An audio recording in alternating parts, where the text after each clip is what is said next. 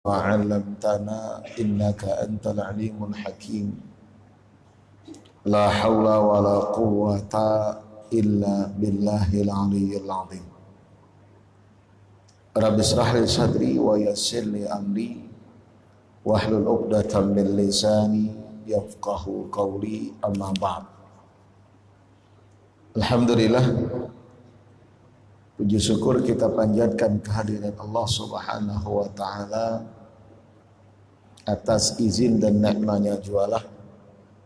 Pada subuh kali ini kita kembali dapat bersama hadir laksanakan sholat berjamaah, dan kita akan lanjutkan dengan kajian kita masih dalam kaitan hadis-hadis Rasul Sallallahu Alaihi Wasallam yang pada kajian lalu sampai pada hadis yang keempat berkaitan dengan atwaru khalqil insan wa khatimatuhu, proses dalam penciptaan manusia dan beberapa hikmah yang telah kita sampaikan berkaitan dengan hadis yang telah kita kaji. Di antaranya sebagaimana yang disebutkan berkaitan dengan isqatul janin, menggugurkan kandungan.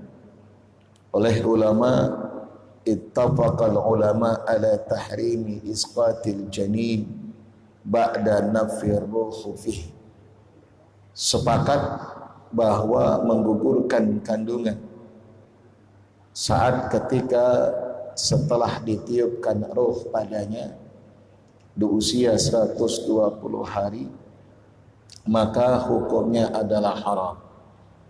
Wa'tabaru dzalika jarimah la yahillu lil muslim ay yaf'alahu, dan dianggap suatu bentuk kriminal, pembunuhan yang tidak dihalalkan bagi seorang muslim untuk melakukannya. Wa amma isqatul janin qabla nafir ruh fihi haramu aidan, dan pendapat daripada kebanyakan ulama tentang menggugurkan kandungan qabla nafir ruh, sebelum roh ditiupkan, bahwa jumhurul ulama menyebutkan dan menjelaskan berkaitan dengan hadis yang telah kita kaji, tidak lain dan tidak bukan pun juga mengharamkannya. Bapak dan Ibu kaum muslimin dan muslimat rahimakumullah, sebelum kita masuk kepada hadis yang kelima, sedikit kita tambah hikmah yang disebutkan dan dijelaskan oleh ulama sebagaimana yang diungkapkan al-a'malu bil khawatim. Segala bentuk amal itu, kata ulama, endingnya itulah yang menentukan. Sebagaimana diungkapkan dalam satu riwayat hadis, hadis diriwayatkan oleh Imam Al-Bukhari dari Sahal ibnu Sa'ad, di mana Rasul sallallahu alaihi wasallam bersabda, innamal a'malu bil khawatim. Sesungguhnya setiap amalan itu tergantung dengan akhirnya. Wa ma'na dzalika anna man kataba lahul iman wa ta'ah akhirul umri qad yakfuru billah wa ya'si Allahi hina thumma yuwaffiquhu Allah ta'ala ila al-imani wa ta'ah fi fatratin minaz zaman qabla akhir umrih wa yamutu ala dzalika fayadkhulul jannah. Tidak sedikit di antara kita yang pada awalnya beriman ia kepada Allah, tunduk dan patuh dengan melakukan ketaatan, melakukan dan melaksanakan atas apa yang Allah perintahkan. Akan tetapi pada akhir hayatnya, saat kematian datang menjemputnya, ia justru menyatakan diri keluar daripada Islam. Summa yamutu ala dzalika, lalu kemudian ia wafat tanpa membawa iman. Na'udzubillah. Tapi ada sebahagian daripada kita yang pada awalnya bermaksiat ia kepada Allah, melakukan dosa, bahkan ia tidak beriman kepada Allah. Namun saat perjalanan, di dalam perjalanan kehidupan yang dilaluinya, ia sadar akan kesalahannya dan ia bertaubat. Bahkan ia beriman kepada Allah.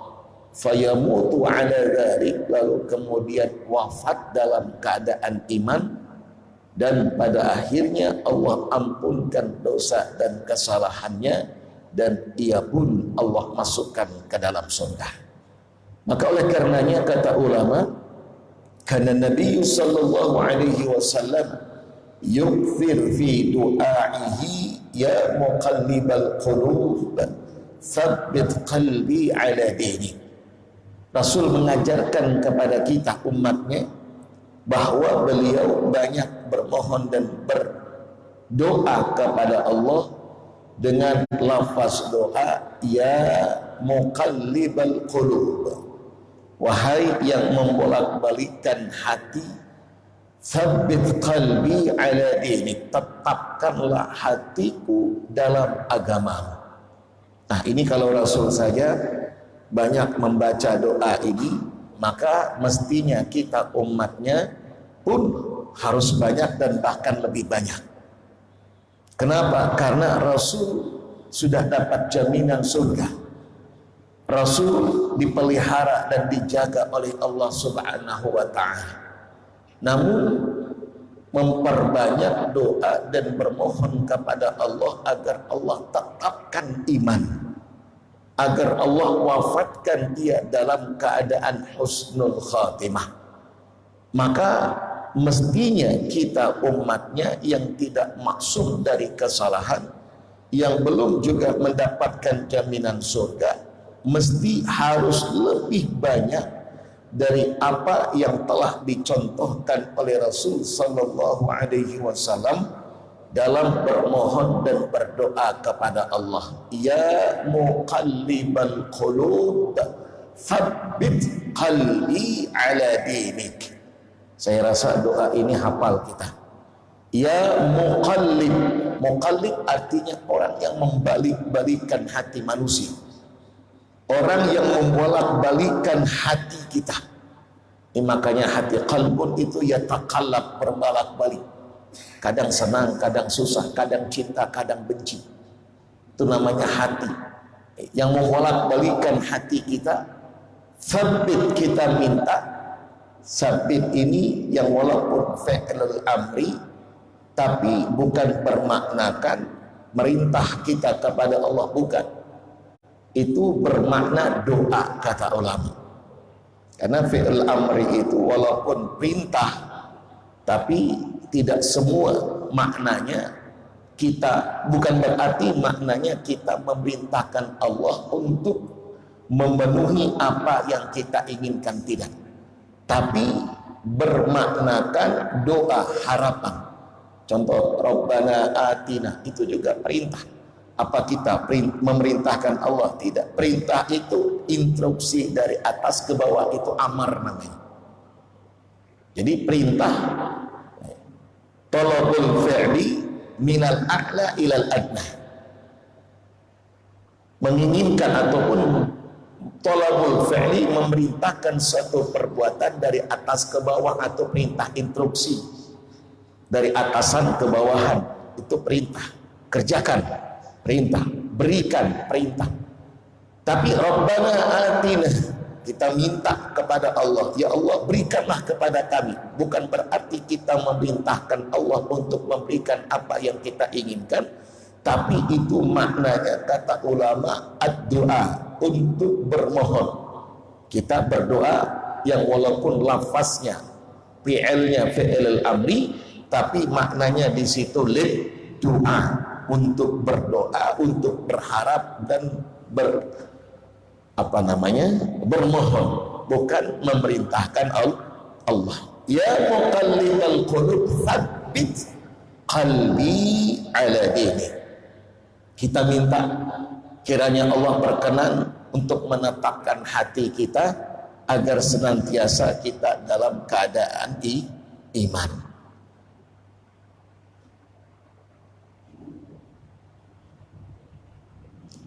Summa qala sallallahu alaihi wasallam, atau dengan lafaz doa yang lain, Allahumma musarrifal qulub sarrif qulubana ala ta'atik.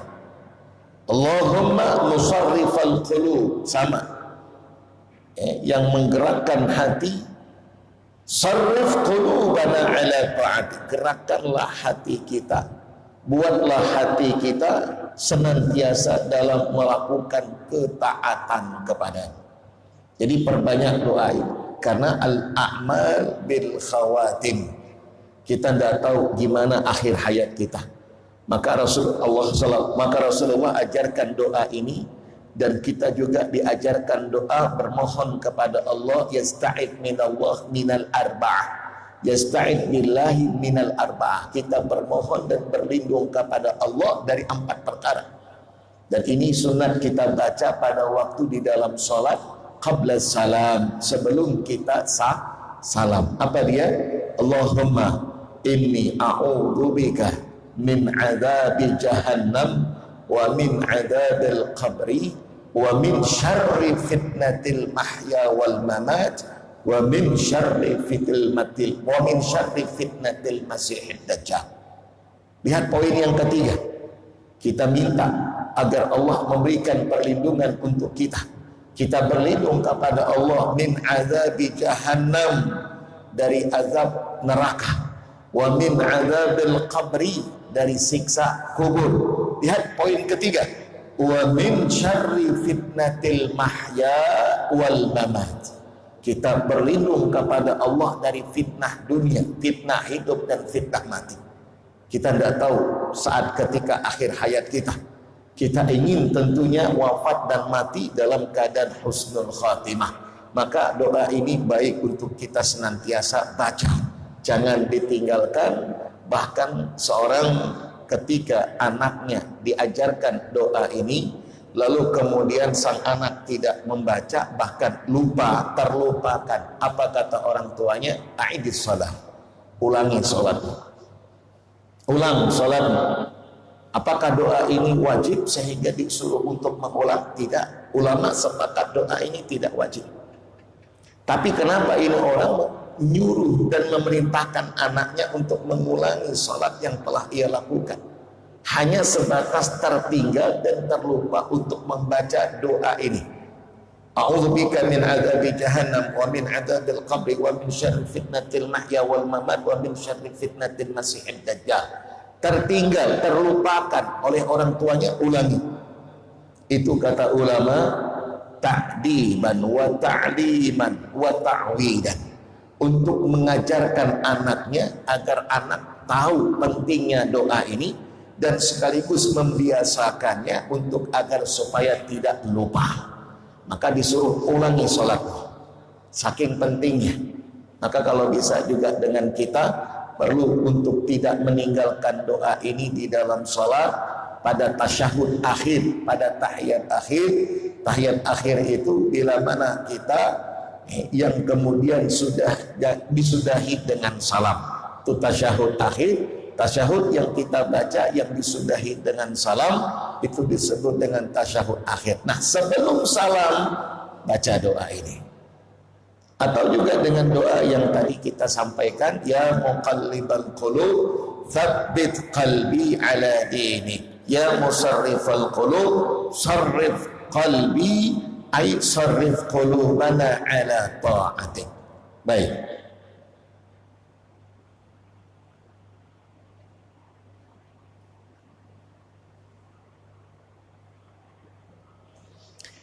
kita masuk pada hadis yang kelima, ibtalul munkarat wal bid'ah, an ummil mu'minin ummu Abdillah Aisyah radhiyallahu anha qalat qala Rasulullah sallallahu alaihi wasallam man ahdatha fi amrina hadha ma laysa minhu fahuwa raddun, rawahu al-Bukhari wa Muslim.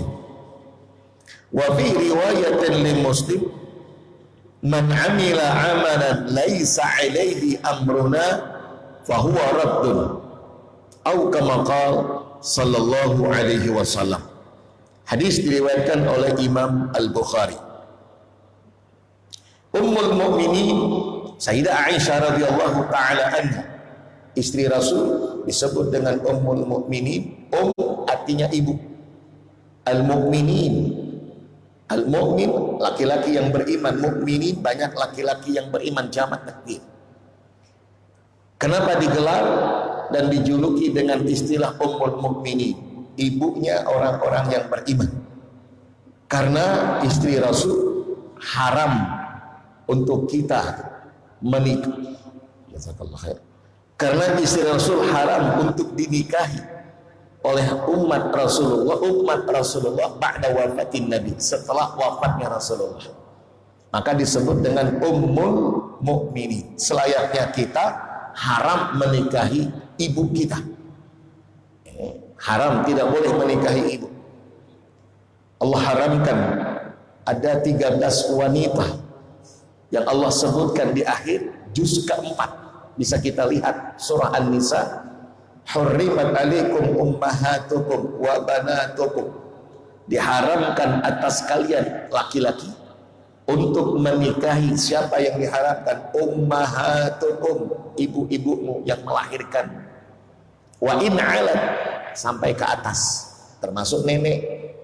Jangan pulang anak menikahi nenek, lantaran di dalam Al-Quran ujarnya kada disebutkan yang diharamkan mama, amun nenek boleh kada. Mama, nenek sampai ke atas haram hukumnya kita menikahi. Wa banatukum, anak-anak perempuan. Wa in safal, wa in asfal, sampai ke bawah, termasuk cucu, cicit dan seterusnya. Haram menikahi anak perempuan. Terus juga wa akhawatukum, perempuan saudara perempuan. Ammatukum, ini tidak berurutan saya sebutkan, nanti bisa lihat Al-Quran akhir juz keempat. Ammah berarti bibi daripada bapak, keturunan silsilah bapak. Bahasa Arab beda. Kalau kita sama bibi ya bibi. Masih bingung kita bibi dari mana? Bibi dari abah, bibi dari mama. Sama bibi. Kalau bahasa Arab beda. Kaya bahasa Arab itu. Kalau bibi dari abah, ammatun. Kalau bibi dari ibi, khalatun. Ammatukum wa khalatukum, beda. Jadi tidak sama.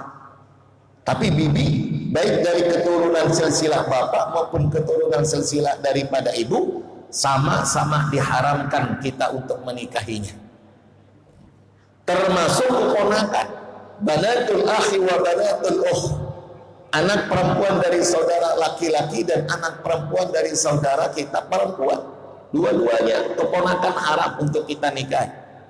Termasuk wa akhawatukum minar radha'ah, saudara susuan, ibu yang wa ummahatukum allati arda'nakum, dan ibu yang menyusui. Itu haram untuk nikah. Anak daripada ibu yang menyusui berarti saudara susuan haram. Dan itu ada ketetapan hukumnya. Kapan seorang itu diharamkan dan dihukumkan sebagai radha', saudara susuan? Anak susuan ibu yang menyusui, yang walaupun bukan melahirkan. Maka saya himbau kepada ibu-ibu, awas, hati-hati, jangan asal menyusui anak orang. Nanti dampak hukumnya, anak yang kita susui haram menikah dengan anak kita, karena sudah menjadi saudara susuan.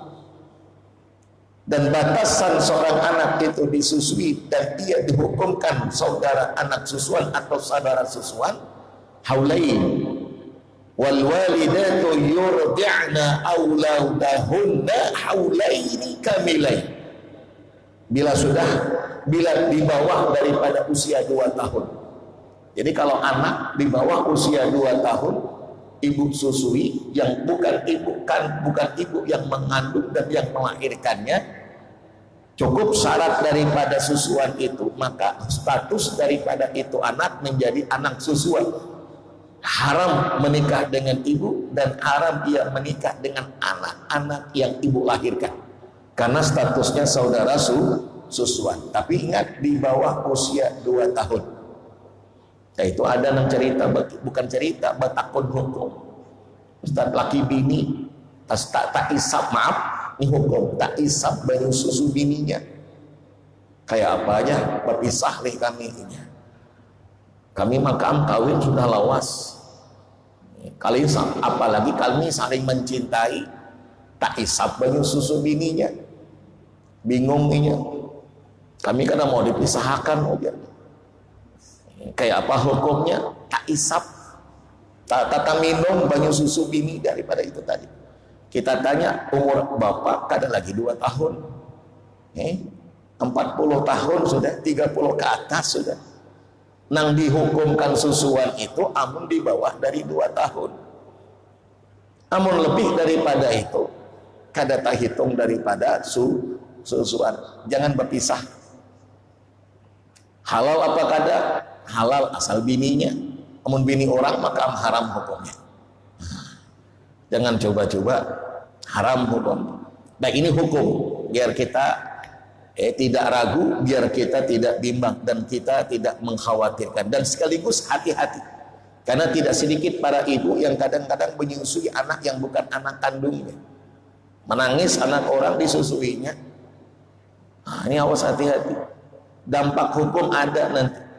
Maka kalau ibu umpama punya anak perempuan, hendak benar bisi anak laki-laki, tapi kada juga lahir-lahir, mengambil anak orang dari bayi, saya sarankan susui. Biar supaya apa? Biar supaya amun ganal kaina kada jatuh kepada hukum haram. Sebab anak yang kita pelihara, yang bukan kita lahirkan dari rahim kita, menjadi mahram atas anak-anak bebini kita dan sekaligus diri kita. Sehingga ketika dia balik, tidak mengapa dia melihat aurat kita, tidak mengapa dia bersama dengan anak-anak kita dalam satu rumah. Kenapa? Mahram sudah hukumnya. Haram dia menikah dengan anak-anak perempuan kita.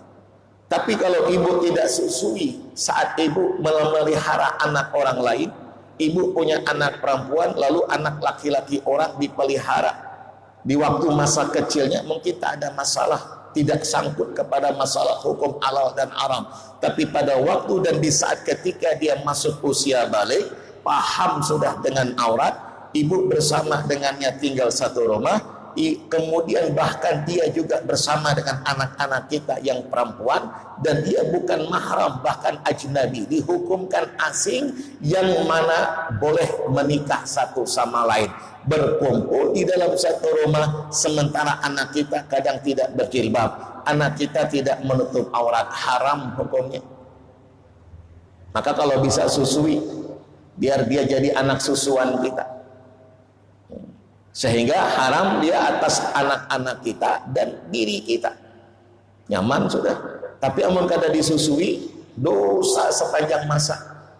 Walaupun itu kita pelihara dari halus, tapi dia bukan anak kita, dia tidak ada sangkut paut darah dengan kita, dia bukan menjadi mahram kita, dia melihat aurat rambut kita, dia bersama dengan anak-anak gadis kita, haram hukumnya. Maka dosa saja yang kita dapatkan, na'udzubillah. Ini saran kita. Begitu juga punya anak lelaki, hendak benar anak bebini, lalu mengambil anak orang untuk dipelihara, susui, biar dia lagi-lagi menjadi mahram untuk anak-anak laki-laki kita, jadi saudara susuan. Baik, kita kembali. Ini ummul mukminin, haram bagi kita untuk menikahi daripada istri-istri Rasul setelah wafatnya Rasul, maka disebut dengan ummul mukminin, ibu dari orang-orang yang beriman. Qala Rasulullah sallallahu alaihi wasallam, Rasul bersabda, man ahdatha, kata ulama, hadzal hadis aslun azim min usulil Islam, wa kama anna hadis innamal a'malu binniyat mizanil a'mal fi batiniha wa kullu amalin la yuradu bihi wajha Allah ta'ala falaysa li'amilihi fihi thawab. Ingat hadis yang kita pernah kaji, innamal a'malu binniyat wa innamal likulli imri'in ma nawa faman kanat hijratuhu ila Allah wa rasulih fa hijratuhu ila Allah wa rasulih Wa man kanat hijratuhu lidunya yusibuha aw imra'atin yankihuha fa hijratuhu ila ma hajara ilaih. Kata ulama, hadis ini mizanul a'mal fi batiniha, menjadi tolak ukur amalan kita secara batin. Nih, yang tidak terlihat itu yang tersembunyi. Karena niat itu mizanul amal, tak tolak ukurnya itu ini hadis. Jadi tolak ukur amalan kita itu bernilai dan tidaknya secara batin itu niat. Bujur kadanya diterima apa kada itu tergantung niat kita, bernilai atau kadanya tergantung niat. Dan ini sudah kita kaji di awal hadis. Wa kullu amalin la yuradu bihi wajhullah. Setiap amalan yang kita lakukan tapi tidak kita berharap akan ridhonya, bukan ridha Allah yang kita harapkan. Mungkin ada salat sama zahirnya yang kita lakukan, tapi hati kita bukan karena Allah.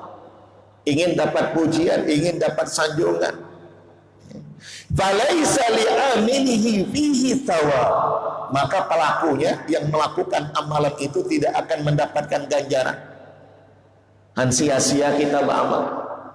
Maka lihat dalam surah Al-Kahfi, "Faman kana yarju liqa'a rabbih falyamal amalan salihah." Barang siapa yang ingin bertemu dengan Tuhannya, maka hendaklah ia beramal dengan amal saleh. Cukupkah? Tidak. Fala yusyrik bi'ibadati rabbih ahada. Kadang menyekutukan Allah.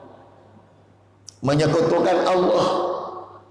Tidak cukup hanya menyembah selain daripada Allah, tapi juga beramal hanya lillah. Tapi kalau beramal kita bukan karena Allah, berarti syirik-syirik kecil sudah. Nah, itu nang bisa kan amalan kita kada diterima. Ada syirik kecil, syirik khafi. Apa syirik khafi itu? Riya, ingin dilihat orang. Sum'ah, ingin dapat pujian orang. Ingin dapat gelar, ingin disanjung. Berarti harapan kita atas yang kita lakukan bukan Allah, tapi makhluk.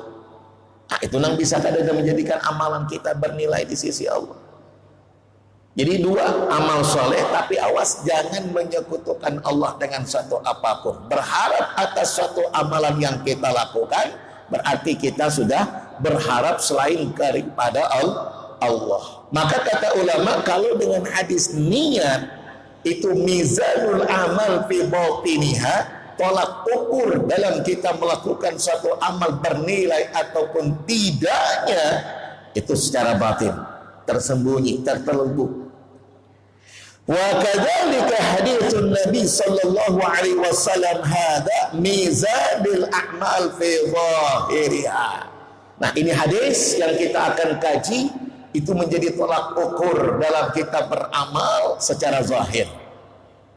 Zahirnya kayak apa yang kita lakukan? Kalau hadis yang pertama itu secara batin. Tolak ukur yang menjadikan amalan kita bernilai atau tidak itu hati. Tapi man ahdatsa fi amrina hada ma laisa minhu fa huwa raddun. Ini hadis kata ulama mizanil a'mal fi zahiriha. Tolak ukur, menjadi tolak ukur di dalam kita beramal setiap amalan kita secara zahir. Raddun artinya ditolak. Karena kalau kita terjemahkan, barang siapa yang membuat suatu hal yang baru dalam urusan kami, yaitu agama, malaysa minhu, yang bukan daripadanya, fahuwa raddun, tertolakan. Maka Ibnu Qayyim al-Jauziyah menyebutkan syaratul qabul lil a'mal, syarat diterimanya dan bernilainya satu amalan itu dua. Amal-amal soleh ini yang kita lakukan, syarat diterimanya dua. Pertama adalah ikhlas, ini masalah batin tadi, niat tadi. Nang kedua mutaba'ah, ini nang zahirnya. Mutaba'ah artinya sesuai dengan yang dipercontohkan oleh Rasulullah, mengikut dengan apa yang sudah dicontohkan oleh Rasul dan yang sudah diajarkan. Rasul sholat subuh 2 rakaat, jangan berbisa-bisa menambahi 1 rakaat. Berarti kada sesuai dengan yang diajarkan oleh Rasulullah. 5 waktu yang diwajibkan kepada kita untuk kita laksanakan: zuhur, asar, maghrib, isya, subuh. Lalu oleh kita ujarnya maghrib saja. Kenapa? Mengganggu nang lain aktivitas kita. Itu menyalah naranya. Inna salata kanat 'alal mu'minina kitaban mauquta. Sudah ditetapkan waktu kebila kita melaksanakan masing-masing salat yang diwajibkan. Bisa-bisa kita kumpulkan semua salat dalam satu waktu. Itu kada mau ini. Kada sesuai zahir amalan kita dengan apa yang dipercontohkan oleh Rasul. Maka kata ulama, wa kadzalika haditsun nabi, begitu pula halnya dengan hadis yang kita akan kaji, mizanil a'mal fi zahiriha wa kullu amalin la yakunu alaihi amrullah wa rasuluh fa huwa mardudun ala amilihi. Setiap yang kita lakukan, setiap yang kita perbuat dan yang kita kerjakan, kalau tidak sesuai dengan yang diperintahkan oleh Allah dan Rasulnya, maka mardudun, tertolakakan, kada bernilai, kada diterima. Wa ala fa'ilihi laisa lahu jaza, dan kepada yang melakukannya tidak dapat pahala. Kada sesuai. Makanya kayak apa biar tahu kita yang dicontohkan oleh Rasul. Disitulah kita belajar. Disitulah perlunya ilmu, maka kita belajar, kita kaji. Shallu kama ra'aitumuni usalli, kata Rasul, salatlah kamu seperti aku salat. Kayak apa kita kada hidup di masa Rasulullah. Cuman bisa nggak kita tahu kayak apa salat? Bisa. Kayak apa wudu Rasul? Bisa. Dari mana? Dari kajian-kajian kita, dari kita belajar dari guru-guru kita, yang guru-guru diajarkan oleh guru-gurunya sampai kepada sahabat. Kata Sayyidina Utsman saat berwudu, diawali dengan membasuh telapak tangan, kemudian beliau berkumur-kumur, istinsa, lalu kemudian beliau membasuh muka 3 kali, tangan yang kanan 3 kali, sampai kepada kaki. Apa kata Sayyidina Utsman? Hakadha tawadhu'an Nabi sallallahu alaihi wasallam. Beginilah, kata beliau, aku melihat wudunya Rasulullah. Wudu Rasul dari sahabat nang melihat, lalu diajarkan kepada yang lainnya, diajarkan kepada tabi'in, sampai kepada atba'ut tabi'in, sampai kepada guru kita. Guru kita mengajarkan kepada kita dan kita belajar. Maka perlu guru di situ. Jangan hanya sebatas kita berguru lawan Syekh Google. Orang ini banyak berguru dengan Syekh Google aja. Syekh Google gurunya kada soal bertamuan, kada soal belajar, cuman hanya sekadar membaca, itu pun kita kada tahu bujur kadanya, siapa nama nulisnya. Bahkan kalau tidak sesuai dengan Syekh Google, diharamakan semuanya, disesatakan. Ini yang berbahaya. Bukalah diri kita untuk menerima pendapat yang berbeda dengan pendapat kita. Maka insya Allah dengan kita mengkaji ini, tambah luas wawasan kita, tambah banyak ilmu yang kita dapatkan. Kenapa kita banyak menyalahkan orang? Kadang itu sebab karena ketidakpahaman kita. Maaf, An-nas a'da'u ma jahilu.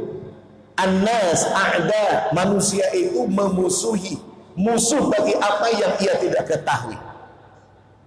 Itu biasanya orang yang sudah kada paham, orang yang ilmunya terbatas, itu mudah menyalahkan orang.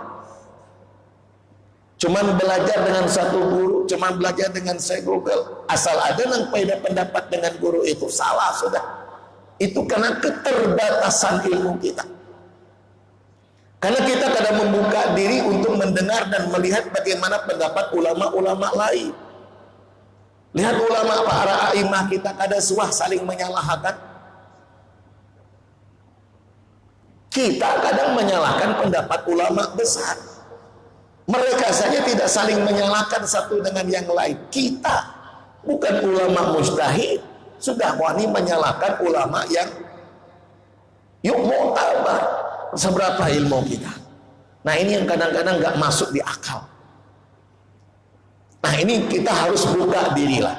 Saya menghimbau untuk anak-anak muda terutama, karena anak-anak muda kadang-kadang semangatnya luar biasa, tapi lantaran salah sudah masuk pemikiran-pemikiran yang menutup diri dari pemikiran selain daripada gurunya, selain daripada pendapatnya, selain daripada jamaahnya. Akhirnya apa? Dangkal pengetahuannya, saking dangkalnya mudah menyalahkan orang. Yang lebih dahsyat, na'udzubillah, mengkafirkan sama-sama muslim, na'udzubillah. Maka cobalah kita buka diri kita, dan alhamdulillah untuk masyarakat kita sudah mulai terbuka, tidak terlalu fanatik dengan satu pendapat. Namun bahari gara-gara hal yang sepele saja sampai hendak bertimpasan. Itu bahari katanya.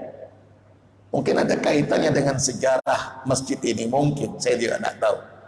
Ini gara-gara pada masalah-masalah khilafiyah saja hendak bertimpasan, memegang dan mempertahankan pendapat. Padahal bertimpasan itu haram hukumnya. Kenapa hanya gara-gara persoalan yang menjadi khilafiyah untuk dipertahankan dengan cara melakukan perbuatan yang haram? Itu kan gak ada bujur, sudah. Maka ada ulama dalam salah satu kitab, Al-Akhta allati tasir baina aidil muslimin, kesalahan yang terjadi pada umat Islam. Kita ini kadang-kadang banyak menginginkan pahala sunnah, tapi kadang melakukan yang diharamkan oleh Allah tanpa kita ketahui, tanpa kita sadari. Contoh, gak usah jauh-jauh, contoh saja. Tapi alhamdulillah sekarang sudah mulai berkurang.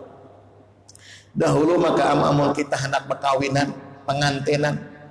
Pengantin itu kan, nikah itu kan sunnah. An-nikahu sunnati wa man raghiba an sunnati falaysa minni, kata Rasul. Ya ma'syara syabab man istata'a minkumul ba'a falyatazawwaj fa innahu aghaddu lil basar wa ahsanu lil faraj wa man lam yastati fa alayhi bis-shawm fa innahu lahu wijaa, atau kama qala sallallahu alaihi wasallam. Bahkan hukum menurut daripada para ulama la yakhlu an ahkamil khamsah, bisa wajib, bisa sunnah, bisa makruh, bahkan haram. Intinya secara umum ala halatil i'tidal, mampu dia menikah, kalaupun tidak, dia mampu dan bisa menjaga diri dari perbuatan yang diharamkan oleh Allah dan Rasulnya, nikah sunnah baginya. Tapi kadang untuk mendapatkan pahala sunnah, banyak diantara kita yang tidak menyadari yang haram kita lakukan. Contoh, tapi sudah tak kurang, umpama berulah undangan, gambar pengantin dipajang di gambar itu, di undangan itu, maka pertama berulah gambar itu kadang-kadang belum menikah lagi, sudah berangkul-rangkulan di atas sampan sambil menunjuk, entah apa yang ditunjuk pada tahu kita. Pokoknya dibuat seseromantis demikian. Padahal belum lagi menikahinya, belum lagi halal satu dengan yang lainnya, sudah melakukan yang diharamkan. Nah, ini tanpa kita sadari, satu. Yang kedua, apalagi diantaranya mempertontonkan auratnya di dalam gambar undangan itu, aurat dipertontonkan.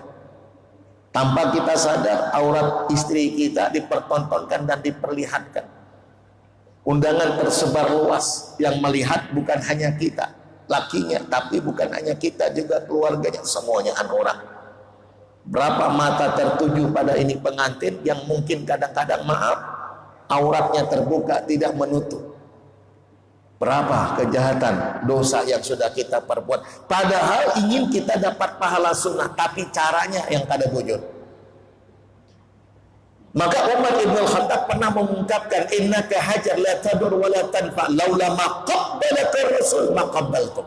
Hei batu, kata Umar, Hajar Aswad itu, innaka hajar, kamu hanya sebatas batu, laula maqabbaltu, laula maqabbalaka rasul, kalau bukan karena Rasul yang menciummu, maqabbaltu, aku pun kada mencium, kata Umar. Kau tidak mendatangkan manfaat, mudarat, tapi karena Rasul mencium, aku cium. Artinya mutaba'ah, ingin mencontoh Rasulullah, pahalanya sunnah. Tapi tidak sedikit di antara kita yang ingin mendapatkan pahala sunnah tapi dengan mengerjakan yang diharamkan oleh Allah. Ada jamaah kita memaksakan diri untuk bisa mencium Hajar Aswad, bebinian. Sampai di sana di Masalaran entah siapa kadang-kadang kan namanya. Ada orang menawarkan, ibu sudah mencium Hajar Aswad, belum, hendak mencium, ayo 50 real. Kami siap mengantarakan. Nah itu dulu kisahnya banyak. 50 real, 100 real, sanggup kita berbayar. Di antarnya kita memparak Hajar Aswad, karena sudah memparak ragapnya kita dengan alasan melindungi dari jamaah yang lain. Di hadapan seekong, di belakang seekong, ragapnya kita. Nang maragap bukan suami kita, bukan anak kita, orang lain. Dosa yang kita dapatkan, duit makaam keluar. Hanya sekadar untuk mendapatkan pahala sunnah. Ini yang kadang-kadang tidak terpikirkan oleh kita. Maka lagi-lagi kita ingin dengan pengetahuan, dengan sebab karena ilmu, amalan kita sesuai dengan tuntunan Rasulullah. Maka penting dengan kita mengkaji ini hadis. Sebab kenapa? Karena ingin kita amalan kita zahirnya benar, batinnya betul. Batinnya niat karena Allah, zahirnya sesuai dengan apa yang dipercontohkan oleh Rasulullah sallallahu alaihi wasallam. Insyaallah secara detail dari ini hadis kita akan kaji pada lain kesempatan. Waktu tidak memungkinkan. Mudah-mudahan ada manfaat atas apa yang kita kaji pada hari ini. Amin ya rabbal alamin. Al-Fatihah. A'udzubillahi minasyaitonir rajim. Bismillahirrahmanirrahim. Alhamdulillahirabbil alamin. Arrahmanir rahim. Maliki yaumiddin. Iyyaka na'budu wa iyyaka nasta'in. Ihdinas siratal mustaqim. Siratal ladzina an'amta 'alaihim ghairil maghdubi 'alaihim waladdallin. Amin. Amin amin ya rabbal alamin. Bismillahirrahmanirrahim. Alhamdulillahirabbil alamin. Wassalatu wassalamu ala asyrafil anbiya'i wal mursalin wa ala alihi wa sahbihi ajma'in. Allahumma ighfir lana ma akhtana wa ma ta'ammadna wa ma asrarna wa ma a'lana wa ma anta a'lamu bihi minna. Antal muqaddim wa antal muakhir. La ilaha illa anta. Subhanakallahumma wa bihamdika nashhadu an la ilaha illa anta nastaghfiruka wa natubu ilaik. Wa sallallahu ala sayyidina Muhammadin nabiyil ummi wa ala alihi wa sahbihi wa sallam. Walhamdulillahi rabbil alamin. Assalamualaikum warahmatullahi wabarakatuh.